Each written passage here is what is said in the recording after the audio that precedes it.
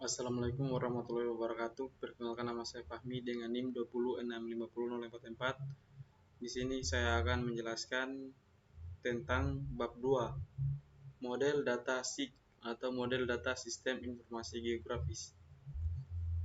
Yang pertama, ada elemen SIG di dunia nyata. Pertama, terdapat bangunan. Misalnya, pertama ada informasi lokasi. Informasi lokasi ini bisa juga disebut sebagai biasanya kita sebut sebagai Google Maps.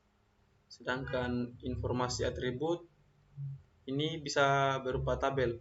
Contohnya di sini kampusnya, alamatnya terletak di sini, jumlah fakultas, jumlah prodi. Informasi atribut ini lebih ke data pada tabelnya. Kemudian yang kedua, penjelasan data spasial.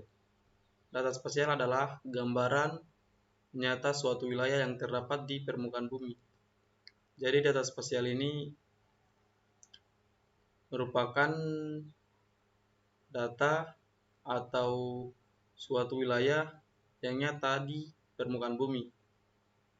Data spasial dapat menyimpan kenampakan permukaan bumi, yaitu jalan, sungai, permukiman, serta objek-objek lainnya seperti rumah, gedung-gedung, dan lain-lain.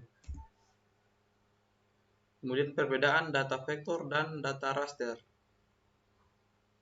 Data vektor.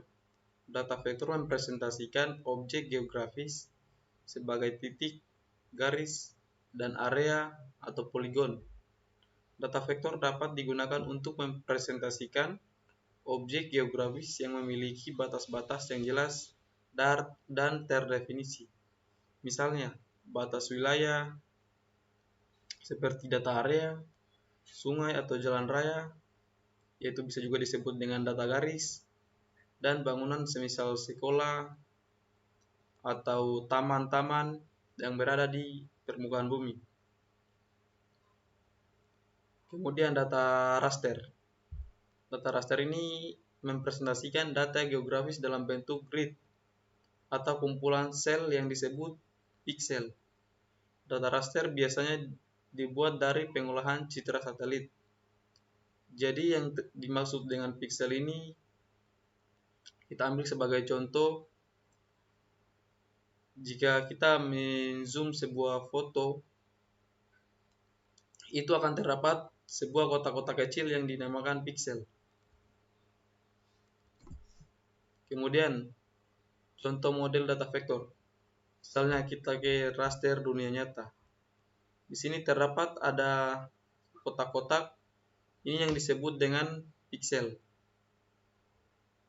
Jadi data raster ini bisa disebut sebagai kumpulan piksel-piksel yang membentuk sebuah bentuk sehingga menjadi sebuah elemen objek.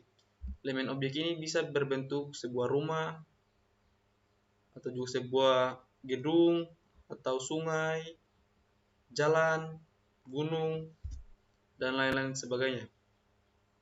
Kemudian, titik koordinat vektor. Titik koordinat vektor ini bisa terdapat sumbu X dan sumbu Y. Jadi bisa dibaca dari titik koordinat sebagai berikut.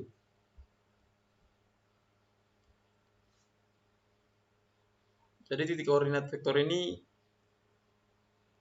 terdapat di dalamnya ada sumbu X dan sumbu Y. Data non-spasial atau atribut. Data non-spasial adalah data berbentuk tabel di mana tabel tersebut berisi informasi-informasi yang dimiliki oleh objek dalam data spasial.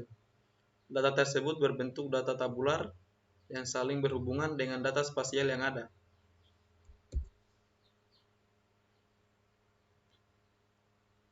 Kemudian hubungan data atribut dan data spasial.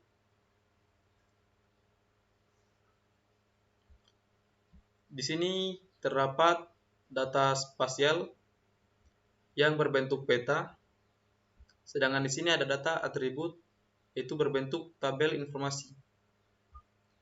Lokasi yang ada di sini itu menjelaskan bahwa ID sama dengan 101 Kolaka, nama Kabupaten Kolaka, keterangan kabupaten. Jadi yang kedua, lokasi yang terdapat di sini yaitu Kolaka Timur, keterangannya kabupaten.